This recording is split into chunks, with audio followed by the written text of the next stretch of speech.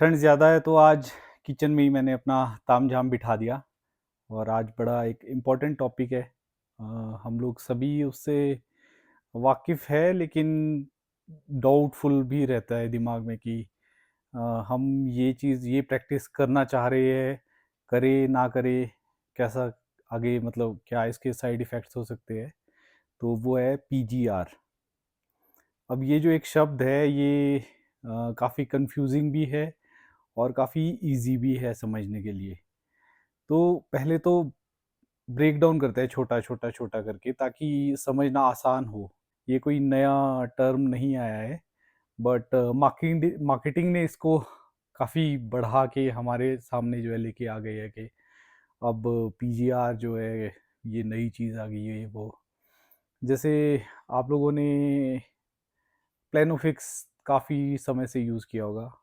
हमारे जो previous generation थी, जो हमारे से पहले पिताजी और उनके साथ के जो लोग थे, उन्होंने काफ़ी दबा के जो है एनएए का इस्तेमाल किया है, प्लेनोफिक्स का इस्तेमाल किया है। तो अब इसके रिज़ल्ट्स रहे, कैसे उन्होंने इस्तेमाल किया सभी लोगों को पता है। लेकिन क्या वो पीजीआर था, ये हमें शायद पता नहीं था। तो लास्ट ईयर एक मॉलिक्यूल ऐड किया गया है इंडियन केमिकल इंडस्ट्री में, एग्रीकल्चर इंडस्ट्री में या हॉर्टिकल्चर इंडस्ट्री में, जिसका नाम है प्रोमालिन। तो ये आने के बाद पीजीआर की जो डेफिनेशन है वो काफ़ी वास्ट हो गई और हम लोग समझने लगे कि पीजीआर एक्चुअली है क्या है। तो इससे पहले काफ़ी कंफ्यूजिंग था कि पीजीआर क्या होते हैं। तो थोड़ा सा इसके ऊपर डिस्कस करते हैं कि ये है क्या और हमारे फ़ायदे का है या नहीं है। तो पहले तो ये समझते हैं पीजीआर क्या होते हैं। ये होते हैं प्लांट ग्रोथ रेगुलेटर, जो प्लांट की ग्रोथ को रेगुलेट करते हैं कि ये आगे जाएगा, ये पीछे रहेगा, ये रुकेगा, अब ये हो गया है, अब हमें ऐसे रिस्पॉन्स करना है। तो ये है बेसिकली हॉर्मोन्स। और हॉर्मोन्स में क्या है, ये हार्मोन क्या होते हैं बेसिकली, ये सिग्नलिंग मॉलिक्यूल्स होते हैं। ये सिग्नल देते हैं कि भाई अब ऐसा हो गया है और हमें अपने तामझाम को इस तरीके से एडजस्ट करना है। तो एग्जाम्पल के लिए जैसे ह्यूमन बॉडीज़ में भी हॉर्मोन्स होते हैं, जैसे टेस्टोस्टेरोन हो गया, और आपके जैसे किसी को शुगर हो गया तो जो इंसुलिन, एक वो भी एक तरह का हार्मोन। ह्यूमन बॉडी जो है वो सिग्नल्स देती है हार्मोन के थ्रू। तो सेम प्लांट के अंदर भी होता है, यही चीज़ होती है बिल्कुल सेम। तो अब इसमें कौन कौन से हार्मोन्स कैसे कैसे काम करते हैं, उसके ऊपर थोड़ा डिटेल में बात करेंगे आज। काफ़ी लंबा टॉपिक होने वाला है। हार्मोन्स सिग्नलिंग मॉलिक्यूल्स है प्लांट के अंदर, जो काफ़ी लो कंसंट्रेशन में होते हैं और एक जगह पे वो प्रोड्यूस होते हैं और वहाँ से वो चल के दूसरी जगह पे भी उसका इम्पैक्ट दिखाई देता है। तो जैसे एग्जाम्पल के लिए हम स्टार्ट करते हैं, पहला जो हार्मोन जो हम जानते हैं, जो सबसे पहले पता लगा था, ऑक्सिन। सो ऑक्सिन बेसिकली टिप में प्रोड्यूस होते हैं प्लांट की, और इनका जो फंक्शन है वो है एपिकल डोमिनेंस, मतलब कि टिप में प्रोड्यूस होने के बाद ये नीचे की तरफ को मूव करते हैं, स्टेम की तरफ को मूव करते हैं, और जितने भी लिटिल बर्ड्स है उनको स्प्राउट नहीं होने देते हैं, उनको कंट्रोल करके रखते हैं, ताकि जो प्लांट की जो ग्रोथ है वो सन रेज की तरफ, सनलाइट की तरफ जो है अट्रैक्ट होता रहे प्लांट, और वहाँ पे ग्रोथ उसकी आती रहे। इसका एक और काम है सेल इलोंगेशन का, मतलब अगर ग्रोथ आ रही है तो सेल जो है वो इलोंगेट होंगे, लंबे होंगे। तो ये ऑक्सिन का काम है बेसिकली। अब सेकंड नंबर पे जो आता है वो जो हमारा फेवरेट भी है, ज़ेब्रेलिन। तो ज़ेब्रेलिन क्या है, ये शूट ग्रोथ के लिए ग्रोथ प्रमोटर है, बहुत ज़्यादा ग्रोथ के लिए, मतलब एग्रेसिव ग्रोथ के लिए जाना जाता है ये, और इलोंगेशन देता है ये काफ़ी ज़्यादा। और इसकी डिस्कवरी भी ऐसे ही हुई थी कि राइस फील्ड में राइस अचानक से, जो उनके जो प्लांट्स थे राइस के, वो बहुत ही ज़्यादा हाइट के ग्रो हो गए थे। फिर जब उसके ऊपर रिसर्च किया तो देखा कि वो एक फंगस था स्पेसिफिक जो ज़ेब्रेलिन प्रोड्यूस कर रहा था, जिसकी वजह से वो जो बूटा था राइस का, वो काफ़ी ऊंचा चला गया था। तो ज़ेब्रेलिन वैसे करके डिस्कवर हुए। फिर एक और है साइटोकाइनिन, सेल डिवीजन, जो आपस में डिवाइड होते हैं सेल छोटे-छोटे, उसमें इसका बहुत बड़ा रोल है, और इलॉन्गेशन में भी इसका रोल है, और ये रिप्रोडक्टिव हार्मोन है। ये रूट की टिप पे प्रोड्यूस होता है और ये ऊपर की तरफ जाता है। तो अब इसमें थोड़ा-सा कन्फ्यूज़िंग है और कॉम्प्लिकेटेड है, मैं भी इतने अच्छे से नहीं समझ पाया हूँ, बट थोड़ा बहुत जो मैं समझा हूँ वो ये है कि ऑक्सिन और साइटोकाइनिन का जो रेशो है, मतलब कि कितना परसेंट ऑक्सिन है कितना साइट, वो डिराइव करता है कि आगे हमें शूट में ग्रोथ मिलेगी, फ्रूट बड मिलेगा, क्या मिलेगा। तो ये जो रेशो है ये बहुत इंपॉर्टेंट, इसका इन्फ्लुएंस जो है कि रिस्पॉन्स कैसा रहेगा प्लांट का, वो इस पे डिपेंड करता है कि ऑक्सिन ज़्यादा स्ट्रांग है या साइटोकाइनिन ज़्यादा स्ट्रांग है। तो एक होता है टिप पे, शूट के टिप पे, और दूसरा होता है रूट की टिप पे, और वहाँ से ये एक दूसरे की तरफ चलते हैं। उसके अलावा एक और हार्मोन होता है जो स्ट्रेस को सिग्नल करता है प्लांट के अंदर, एब्सिसिक एसिड। तो एब्सिसिक एसिड का काम क्या है बेसिकली कि रूट से चल के ऊपर को आता है, और जैसे ही ड्रॉट कंडीशन होती है ये सिग्नल देता है कि हम लीव्स के जो स्टोमेटाज है वो बंद कर देने हैं प्लांट के, ताकि वहाँ से मतलब पानी बाहर लीक ना हो क्योंकि ड्रॉट कंडीशन आ गई है। तो ये जो काम है ये बेसिकली एब्सिसिक एसिड करता है। वो नेक्स्ट हार्मोन है, वो भी एक स्ट्रेस रिलीजिंग हार्मोन है। स्ट्रेस रिलीजिंग हार्मोन में हम लोगों ने इसका इस्तेमाल बहुत ज़्यादा किया हुआ है ऑलरेडी, प्रीवियस जनरेशन ने भी, अभी भी हम लोग इसका इस्तेमाल कर रहे हैं। इसका नाम है इथिलीन। तो हम लोग इथेपोन की स्प्रे करते हैं, उसमें जो हार्मोन होता है वो basically gas, ethylene gas release करता है, जिसका काम होता है फ्रूट को राइपनिंग की तरफ लेके जाना, मतलब कि उसको पकाना, तैयार करना खाने के लिए। तो ये फ्रूट के अंदर नेचुरली प्रोड्यूस होता है, और जिसकी वजह से फ्रूट का जो राइपनिंग प्रोसेस है वो स्पीड अप हो जाता है, मतलब कि जल्दी हो जाता है, फास्ट हो जाता है। और इसका एक और है, जब ये बहुत ज़्यादा स्ट्रेस देता है प्लांट को तो लीफ भी गिरती है, जो कि हमने देखा ही है काफ़ी सालों से। तो ये बेसिकली ये जो 5 हॉर्मोन्स है, ज़्यादातर कहानी इसके आसपास ही रखी जाती है, पर उसके अलावा भी काफ़ी अच्छे हॉर्मोन्स जो है वो प्लांट्स के अंदर प्रोड्यूस होते हैं। अच्छे इन द सेंस कि जैसे जैस्मोनिक एसिड है, तो ये क्या करते हैं कि जब प्लांट को कीड़ा खाने लगता है तो ये एक स्ट्रेस रिलीज करते हैं कि कीड़ा आ गया, और ऐसा देखा गया है कि इनकी स्ट्रॉन्ग रिलीज से पेड़ की जो पत्तियां हैं या तो कड़वी हो जाती है या वो जहरीली हो जाती है। ये देखा गया है कि जब भेड़ बकरी वाले अर्ली सीजन में, स्प्रिंग में भेड़ बकरियों को चुगाने ले जाते हैं तो उनको बहुत सारी घास जो है वो चढ़ जाती है। इनफैक्ट कुछ भेड़ बकरियों की तो डेथ भी हो जाती है उन स्पेसिफिक ग्रास से। बैमी होती है उसकी पत्तियों से भी हो जाती है, जहाँ तक मैंने सुना है, मैंने कभी देखा नहीं है ऐसा। तो वो तभी होता है इनिशियल स्टेज पे, जैस्मानिक एसिड बहुत स्ट्रांग होते हैं, वो कीड़ों को अटैक नहीं करने देते, किसी और किसी भी चीज़ को अटैक नहीं करने देते पेड़ को, और जिसकी वजह से वो मर भी जाते हैं कीड़े, या फिर वो बीमार हो जाते हैं, या वो छोड़ देते हैं, कड़वा हो जाता है बिल्कुल ना, छोड़ देते हैं उसको खाना। तो ये कुछ और भी बहुत सारे हॉर्मोन्स जो है प्लांट के अंदर, पर हमारी जो कहानी है वो हमारे फ़ायदे के हिसाब से ये 5 जो मैंने आपको बताई इसके अराउंड ज़्यादा रहती है। तो ये इंट्रोडक्शन था कि हार्मोन बेसिकली होते क्या है। अब इनका इस्तेमाल, पहले तो ये क्वेश्चन है कि क्या हमें करना चाहिए या नहीं करना चाहिए। आई थिंक यूएसडीए की सर्टिफिकेशन है बहुत सारे हार्मोन्स के पास कि आप उनको इस्तेमाल कर सकते हो। लेकिन जैसे मैंने बताया ये प्लांट में भी और इनफैक्ट हमारे ह्यूमंस की बॉडी में भी बहुत छोटे लेवल पे ये प्रोड्यूस होते हैं, और अगर ये ज़्यादा हो गए तो डिसबैलेंस मतलब गारंटीड है, होता ही होता है। और बहुत सारे लोगों को पता भी होगा कि क्या होता है अगर बॉडी में, बॉडी बनाने के लिए ह्यूमंस टेस्टोस्टेरोन के इंजेक्शन लगा दे ज़्यादा, तो क्या साइड इफ़ेक्ट्स होते हैं, काफ़ी लोगों को पता होगा ये चीज़। प्लांट्स के अंदर भी यही चीज़ें जो है वो मैटर करती है। लेकिन ज़्यादातर हार्मोन जो है वो वॉलेटाइल होते हैं, बहुत ज़्यादा वॉलेटाइल होते हैं, मतलब कि उनको थोड़ा-सा भी ज़्यादा सनलाइट का पेनिट्रेशन हो गया, गर्मी हो गई, ठंड हो गई, विंड बहुत है, बारिश होगी, बर्फ़ हो गई, सारे फैक्टर्स की वजह से ज़्यादातर हार्मोन्स जो है वो डायरेक्टली प्लांट के ऊपर अप्लाई नहीं किए जा सकते, क्योंकि तब तक वो डिप्लीन, ब्रेकडाउन कुछ ना कुछ उनके साथ हो जाता है। तो कुछ हार्मोन्स वैसे ही इस्तेमाल होते हैं, जिसमें से एक ज़ेबरेलिन है। ज़ेबरेलिन एग्ज़ैक्टली जिस फॉर्म में नेचर में पाया जाता है, उसी फॉर्म में हम उसको स्प्रे भी कर रहे हैं, इस्तेमाल भी कर रहे हैं, तो वो तो नेचुरल है, मतलब नेचुरली अकरिंग है। फिर लेकिन एनालॉग्स काफ़ी ज़्यादा यूज़ होते हैं, उनको भी हार्मोन ही बोला जाता है, लेकिन वो हार्मोन नहीं होते, हार्मोन की तरह मिमिक करते हैं। जैसे कि मेरी जगह यहाँ पे किसी और को बिठा दिया जाए और ये माना जाए कि यही बंदा है मास्क वास्क लगा के, तो उसी तरीके से थोड़ा सा पेड़ों के साथ जो है, उनको इतना मतलब आंखें तो है नहीं है पेड़ की, उनको थोड़ा सा ये समझ आ जाता है कि अच्छा हाँ वही आ गया है, तो उनको बेसिकली ठगा जाता है।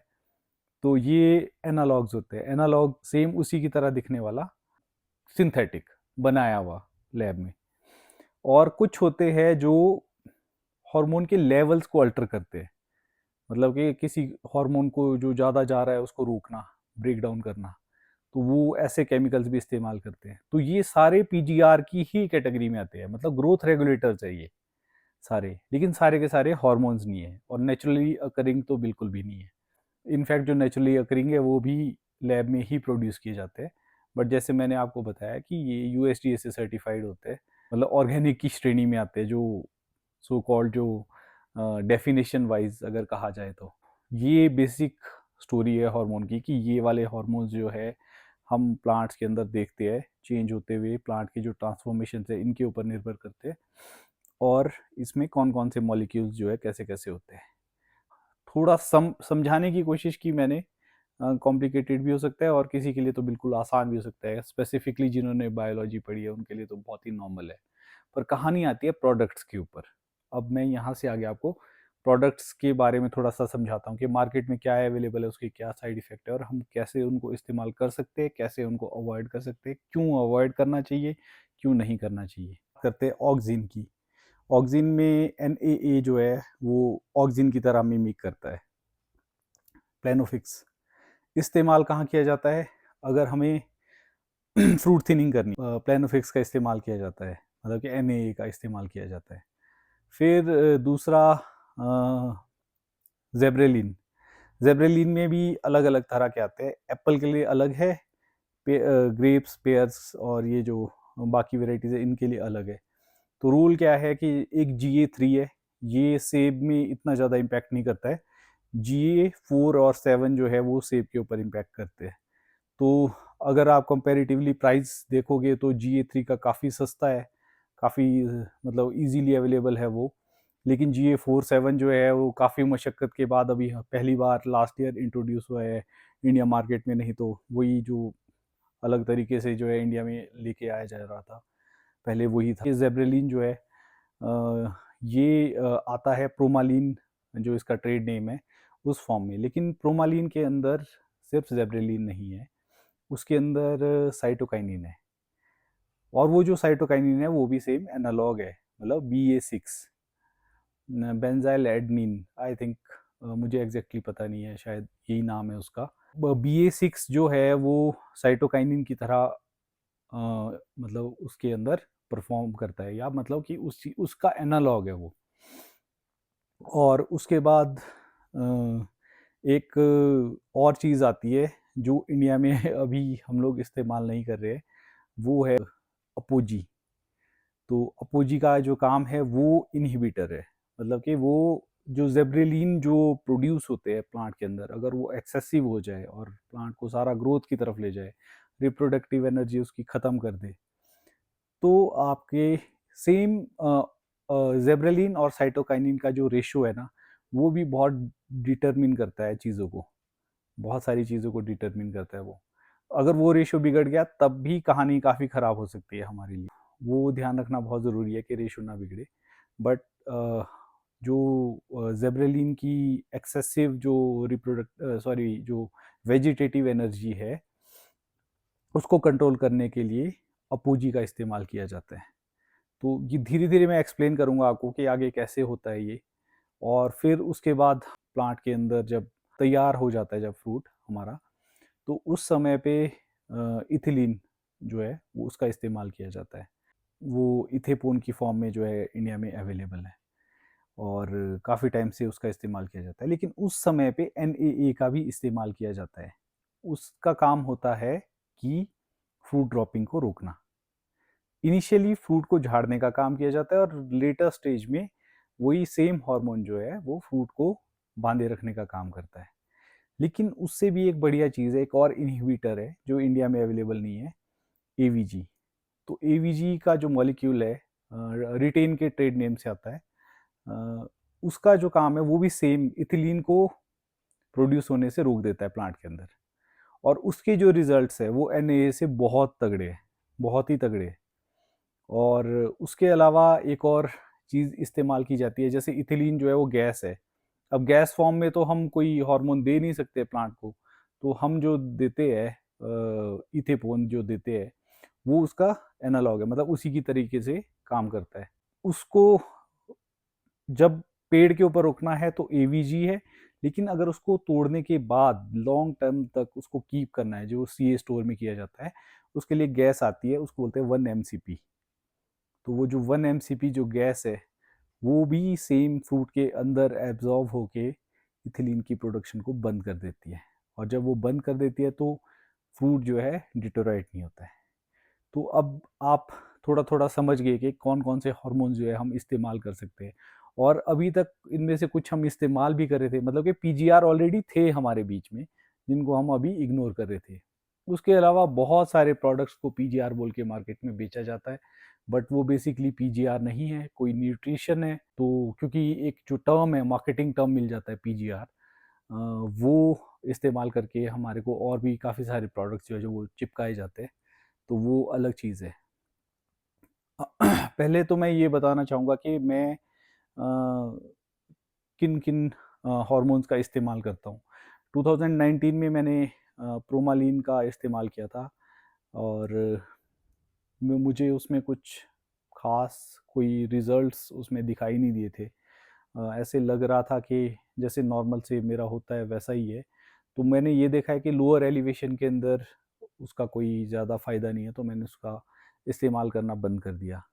1 ही साल इस्तेमाल किया था और क्रॉप बहुत अच्छी लगी थी, लेकिन रिज़ल्ट्स जो मिलने चाहिए थे, जिसको बोलते हैं कि सेल डिवीज़न का, आई थिंक जो बोला गया था रेट 1, 2, 3 रेट्स में हमने अप्लाई किया था, बट उसके कुछ ख़ास रिज़ल्ट्स मिले नहीं थे। और इस्तेमाल करना भी काफ़ी कॉम्प्लिकेटेड है, थोड़ा-सा आगे मैं आपको समझाऊँगा। हाँ, एनएए का इस्तेमाल फ्रूट थिनिंग के लिए आई थिंक पॉलिनेटर्स में किया है। अ, उतने ख़ास रिज़ल्ट्स नहीं मिले, उसका भी रीज़न है क्यों नहीं मिले है। और एनए के इस्तेमाल में कभी-कभी एक्सेसिव थिनिंग हो जाती है और कभी-कभी थिनिंग होती नहीं है, बिल्कुल भी नहीं होती है। क्योंकि वो फोटोटॉक्सिक है और हीट के ऊपर बहुत ज़्यादा काम करता है। सारे हार्मोन्स जो है हीट के ऊपर अलग तरीके से काम करते हैं। बहुत सारे लोग जिसको हम कलर स्प्रे बोलते हैं, इथिलीन, उसकी जब इथेपोन की जब स्प्रे करते हैं तो टेम्परेचर जो है इतने हाई होते हैं कि वो काम करता ही नहीं है, वो कलर लेके आ ही नहीं सकता है उसमें। उसमें शुगर मूव करने के बाद वो पीला होके पक जाता है। तो टाइमिंग का बहुत बड़ा रोल है, टेम्परेचर का बहुत बड़ा रोल है। हार्मोन्स के साथ खेलना इतना आसान नहीं है, ये मैंने सीखा। और इथिलीन तो बहुत ही ज़्यादा इस्तेमाल किया गया है। हाँ, ये ज़रूर था कि हम लोग कभी 400 से ऊपर नहीं जा पाए थे, बट अब तो ऑलमोस्ट मतलब बंद कर दिया है, अब इसका इस्तेमाल हम लोग नहीं करते। हमारी टेंडेंसी यही है कि जो इस तरीके के प्लांट है जिसके ऊपर कलर नहीं आ रहा है, उनको हम हर साल 30, 25-30 पेड़ जो है कट डाउन करके उनको ट्रांसफ़ॉर्म कर रहे हैं वापस, जो ऐसी वैराइटीज़ जिसमें आपको कलर स्प्रे करने की ज़रूरत नहीं है। ज़्यादा बेटर एक ऑप्शन मुझे लग रहा है कि कलर स्प्रे करने की बजाय आप वैराइटीज़ की तरफ ज़्यादा ध्यान दो। पिछले 4-5 सालों में मैंने एक चीज़ तो सीखी है कि इथ्रिल का इस्तेमाल जो है वो काफ़ी ख़तरनाक है। मतलब कोई ज़्यादा लॉन्ग टर्म फ़ायदे नहीं है उसके, नुकसान ज़्यादा है। ये तो मैंने जो इस्तेमाल करके देखे थे हार्मोन्स। अब एक्चुअल में इनका इस्तेमाल कैसे और क्यों किया जाता है, सबसे पहले प्रोमालीन की बात करते हैं। प्रोमालीन के जो फ़ायदे हैं वो काफ़ी ज़्यादा है, गिनाए जाते हैं और देखे भी गए हैं। और इनफैक्ट मैंने भी देखे थे, जैसे जैसे कि जो शेप बताई जाती है, क्योंकि उसमें साइटोकाइनिन होता है। साइटोकाइनिन का जैसे मैंने बताया कि सेल डिवीज़न उसका एक काम है। तो वो क्या करता है कि रेड डिलीशियस के जो लोब्स होते हैं नीचे को, उसके अंदर सेल डिवीज़न कर देता है। वो लोब निकल के आते हैं और वो जो शेप है मार्केट में रेड डिलीशियस की, वो बिकती है। तो ठंडे एरिया में बेसिकली क्या होता था कि थे प्लांट्स थे एप्पल के, वो खुद हाई लेवल ऑफ जेब्रेलिन प्रोड्यूस करते थे, high level of cytokinin produce करते थे कोल्ड एरियाज में। तो उससे वो ऑटोमेटिकली वो शेप निकल के आती थी। तो उसी की फाइट के लिए ऐसे एरिया में जहाँ पे रेड डिलीशियस गोल बन रहे थे, इन्होंने ये प्रोडक्ट निकाल के लेके आए थे। लेकिन इसके और भी कुछ फ़ायदे हैं, जैसे कि अर्ली स्टेजेस में जब हम स्प्रे करते हैं तो ये हाई ह्यूमिड कंडीशन में जो रसेट आता है ऊपर टिप नेक के ऊपर, जब ऊपर की तरफ होता है, नीचे एक ड्रॉपलेट आता है और वहाँ पे रसेट कर देता है, मतलब भाफ की वजह से बोलो, या काफ़ी कॉम्प्लिकेटेड से समझाना, बट सभी को पता है कि एक रसेट आता है, रिंग सा बनता है ऊपर, उसके ऊपर इसका काफ़ी अच्छा कंट्रोल माना गया है हाइट्स में इस्तेमाल करने में। हमारे एलिवेशन में उसका भी ज़्यादा इम्पैक्ट नहीं है। और उसके अलावा सेम वही सेल डिवीजन के टाइम पे जब ये रेगुलेट करते हैं तो साइज़ की काफ़ी अच्छी रहती है। उसके ऊपर मैं काफ़ी सीरियसली डाउट कर रहा हूँ कि क्या वो एक्चुअल में काम कर रहा है, क्योंकि मुझे साइज़ में कोई ऐसा ख़ास इम्प्रूवमेंट दिखा नहीं है पीजीआर आई मीन प्रोमालिन या परलान की स्प्रे में। तो ये इसके कुछ फ़ायदे हैं, और ये यूएसडीए से सर्टिफाइड है। लेकिन रेट्स के ऊपर इसका बहुत बड़ा, मतलब कि स्प्रे के जो रेट है और कंडीशन है, इसके ऊपर इसका बहुत बड़ा रोल है। और इसमें थोड़ा सा मतलब पैराडॉक्स भी है। अगर आप देखोगे कि एक स्पेसिफिक प्रोडक्ट लेके आ गए हैं, अभी मैं प्रोडक्ट काउंट करवाता हूँ आपको कि क्या है, इसकी कहानी क्या है, बेसिकली ये थोड़ा सा समझाने की कोशिश करता हूँ ताकि एस्टेब्लिश हो कि मैं क्या बोलने की कोशिश कर रहा हूँ। जितने वैलेंट बायोसाइंस के प्रोडक्ट्स है उसमें एक है प्रोमालिन, जिसमें GA47 प्लस BA6 है। एक मैक्सेल आता है, उसमें सिर्फ BA6 है। और एक ऐसा भी आता है जिसमें 4 और 7 है, GA47 है, लेकिन BA6 नहीं है। उसके बाद GA3 आता है अलग से। तो प्रोडक्ट्स जो अलग अलग तरीके से दिए गए, अलग अलग इस्तेमाल के लिए दिए गए हैं। लेकिन इंडिया की मार्केट क्या है कि एक प्रोमालिन लेके आ गए, बाकी प्रोडक्ट्स बंद। तो अब इसके साइड इफेक्ट्स कैसे होते हैं कि अगर आपको सेल डिवीजन करवाना है, ठीक है, या फिर जैसे एक रोल इसका फ्रूट थिनिंग का भी है, वो BA6 का है, जेब्रेलिन का नहीं है, ठीक है। तो अब मान के चलिए कि इस साल वेदर बहुत ज़्यादा ख़राब हो जाता है, ठीक है, और आप चाहते हो कि मेरी फ्रूट की थिनिंग ना हो, है ना, क्योंकि आपके चांसेस है कि फ्रूट कम लगेंगे। तो GA47 कोशिश करेगा उसको स्ट्रॉन्ग रखने की, फ्रूट बड को ज़्यादा टाइम तक उसको ताज़ा रखने की, ताकत रखने की उसमें, ताकि वो लेट तक ब्लूम करता रहे और उसके पॉलिनेट के होने के चांसेस बढ़ जाए और आपको फ्रूट सेट हो। और दूसरी तरफ से आप उसमें एक BA6 एजेंट डाल रहे हैं जिसका काम है थिन आउट करना वीक फ्रूट्स को।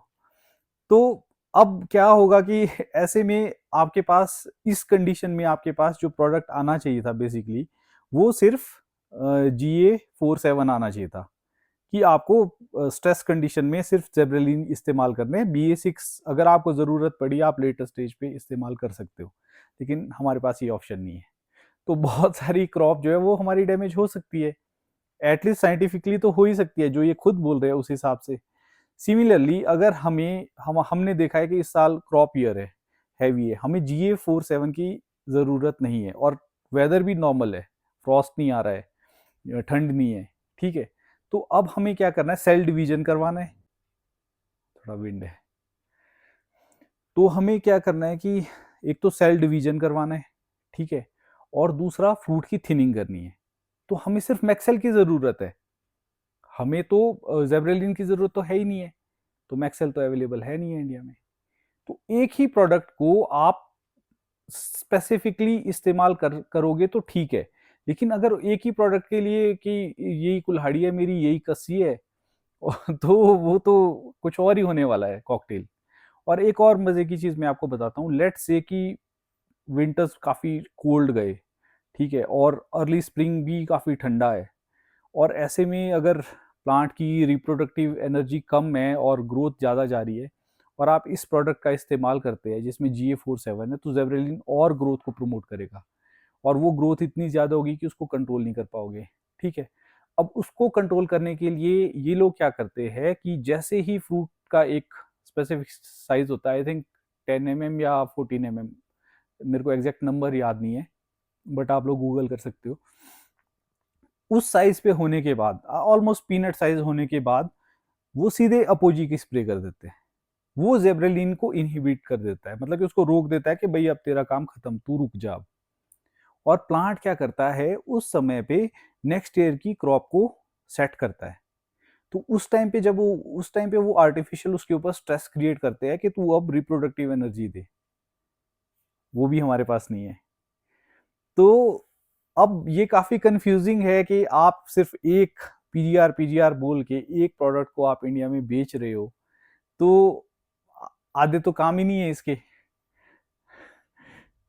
मतलब सबके अलग अलग काम है ना, कि BA6 तो अलग काम करेगा और जेबरेलिन अलग काम करेंगे और अपोजी अपनी जगह पे काम करेगा। तो काफ़ी कंफ्यूजिंग सा मुझे लग रहा है। और पीजीआर इस्तेमाल करना दूसरे तरीके से अगर बोला जाए, रीजनरेटिव वे से बोला जाए, तो इसके काफ़ी खामियाजा भी पड़ सकता है। मतलब जैसे कि प्लांट की टेंडेंसी जेबरेलिन को प्रोड्यूस करने की काफ़ी कम हो जाएगी। और अगर साइटोकाइनिन ऑलरेडी हम प्लांट को देते रहेंगे तो रूट्स वीक होने के चांसेस है। लॉन्ग टर्म में तो ऑब्वियसली, अगर आपको, जैसे आपको पता ही है कि अगर आपने इंसुलिन लेना एक बार शुगर में शुरू कर दिया, तो बॉडी नेचुरली इंसुलिन नहीं प्रोड्यूस करता है। तो प्लांट के साथ भी कुछ अलग कहानी तो है नहीं है। अगर आपने उसको जेब्रेलिन बाहर से देना ही शुरू कर दिया, तो आपके प्लांट गारंटीड डिपेंडेंट हो जाएंगे कुछ सालों में, और वो अपना जेब्रेलिन प्रोड्यूस करना बंद कर देंगे। तो वो बंद कर देंगे तो आप इस प्रोडक्ट के ऊपर कंप्लीटली निर्भर तो गारंटीड होने वाले हो आने वाले सालों में, कि आपको ये डालना ही पड़ेगा, अदरवाइज प्लांट जो है खुद से काम नहीं कर पाएगा स्पेसिफिकली जेब्रेलिन को प्रोड्यूस करने में। कोई भी प्रोडक्ट है उसके फ़ायदे तो है, लेकिन उसके नुकसान भी है। और हार्मोन्स को अगर इस्तेमाल करना है जिस रेट पे यहाँ पे डलवाया जा रहा है ये एक ड्रम के अंदर, मुझे लगता है वो रेट भी काफ़ी ज़्यादा है। क्योंकि ये तो इन्फ्लुएंस मॉलिक्यूल्स होते हैं बहुत। एक एक सिग्नल सिग्नल का मतलब है कि एक इशारा, है ना, कि ऐसे नहीं कि पूरा का पूरा प्रोडक्ट प्रोड्यूस ही उसमें डाल दो। उसको सिर्फ सिग्नल करना है, आगे का काम कोई और करता है। वहाँ पे प्रोटीन्स होने चाहिए, वहाँ पे माइक्रोन्यूट्रिएंट्स होने चाहिए। इसका काम नहीं है वो। ये तो मिमिक करता है चीज़ों को, कि आगे आपको जो भी फूड के जो शेप बनानी है या फिर वहाँ पे रसेटनिया के, उसके लिए सिग्नल करता है प्लांट को कि अब ऐसा करना है, मैं यहाँ पे आ गया हूँ। वो सिग्नल देता है प्लांट को। आप देख सकते हो सेम इथेपोन के साथ भी है, कि इस्तेमाल इसका बिल्कुल जो है खतरनाक है हाई रेट्स के ऊपर। अगर आप 200 से ऊपर इथेपोन डाल रहे हो, तो मैं गारंटी दे के बोल सकता हूँ कि आप एक साल बहुत हैवी क्रॉप भर रहे हो, दूसरी साल आप जीरो क्रॉप भर रहे हो। और सेम अगर ऑक्सीन की फॉर्म में जो हम यूज़ कर रहे हैं, उसके भी कहीं ना कहीं साइड इफ़ेक्ट्स ज़रूर है, गारंटीड साइड इफ़ेक्ट्स है। इस्तेमाल किस लेवल पे आप कर रहे हो, कब कर रहे हो, बहुत ही ज़्यादा मजबूरी है तो करो, तो एक अलग बात है। फिर ये एक पार्ट था। एक दूसरा भी पार्ट है, जब आप सुभाष पालेकर नेचुरल फार्मिंग पढ़ोगे, तो उसमें वो क्लियरली एक पीजीआर का स्प्रे बनवाते हैं, उसका नाम है सप्तधान्य अंकुरक। तो सप्तधान्य बेसिकली क्या है, कि जो हमारे सतनाजा बोलते थे पहाड़ी में, 7 अनाज को इकट्ठा किया जाता था जिसको पूजा में रखा जाता था, उन्हीं को बाद में अंकुरित करना है आपको। अंकुरित करने के बाद ऑब्वियसली जब बीज फटेगा, तो उस टाइम पे जितने भी ये हार्मोन जिनकी हम बात कर रहे थे, वो सारे के सारे प्रोड्यूस होंगे उन सीड्स के अंदर। और उनको तुरंत ही हार्वेस्ट करके, क्योंकि उन्होंने जो टेक्निक बताई है उसमें वो मिक्सी ग्राइंडर ये सब इस्तेमाल नहीं करने देते हैं, शील पे करो, ऐसे करो, काफ़ी कॉम्प्लिकेटेड सा प्रोसेस है। मैं हर साल उसका इस्तेमाल कर रहा हूँ, मुझे औने पौने रिजल्ट्स मिल भी रहे हैं। मतलब ये भी नहीं मैं बोलूँगा कि रिजल्ट्स नहीं है, ये भी नहीं बोलूँगा कि बहुत ही ज़बरदस्त रिजल्ट्स है। हाँ, ये ज़रूर है कि मेरी और प्रैक्टिसेस जो है इतनी अच्छी नहीं हो सकती है नेचुरल फार्मिंग में। मेरे पास एक ब्लॉक है नेचुरल फार्मिंग का, तो बाकी प्रैक्टिसेस मैं इतनी अच्छी नहीं कर पा रहा हूँ, तो हो सकता है कि इस प्रोडक्ट का उतना अच्छा रिजल्ट नहीं है। पर ये भी मैं नहीं बोलूँगा कि रिजल्ट नहीं है, क्योंकि इनिशियली मेरे सारे के सारे फ्रूट्स के अंदर लॉब्स जो है वो दिखते हैं। फिर धीरे-धीरे वो गायब हो जाते हैं, वो पता नहीं गर्मी की वजह से होता है, किस वजह से होता है। वो काम करता है, सप्तधान्य अंकुरक गारंटीड काम करता है। आप लोग इसको ज़रूर इस साल ट्राई करो। मैं कर रहा हूँ पिछले 3-4 सालों से, और 2 या 3 बार उसको डालो, फूड की क्वालिटी थोड़ा-सा इम्प्रूव होती है। थोड़ा क्या, काफ़ी इम्प्रूव हो रही है। और अगर आप नॉर्मल जो न्यूट्रिशन के साथ अगर इसको मैनेज करेंगे, मतलब नेचुरल फार्मिंग से थोड़ा हट के, शायद आपको और अच्छे इसके रिजल्ट्स मिले। ये एक चीप सॉल्यूशन है उन लोगों के लिए जिनको लगता है कि पीजीआर भी करना है और पैसे भी ज़्यादा ना खर्च हो। ये काफ़ी लंबा हो गया टॉपिक, और छोटी छोटी चीज़ों को तो मैं मतलब टच नहीं कर पाया हूँ, लेकिन बेसिकली मोटा मोटा एक थोड़ा सा जो मेरी समझ थी इन प्रोडक्ट्स के प्रति वो आपको समझाने की कोशिश की। होपफुली आप लोगों को सही लगा हो ये। बाकी आप कमेंट्स करते रहिए और अपने फीडबैक्स मुझे देते रहिए।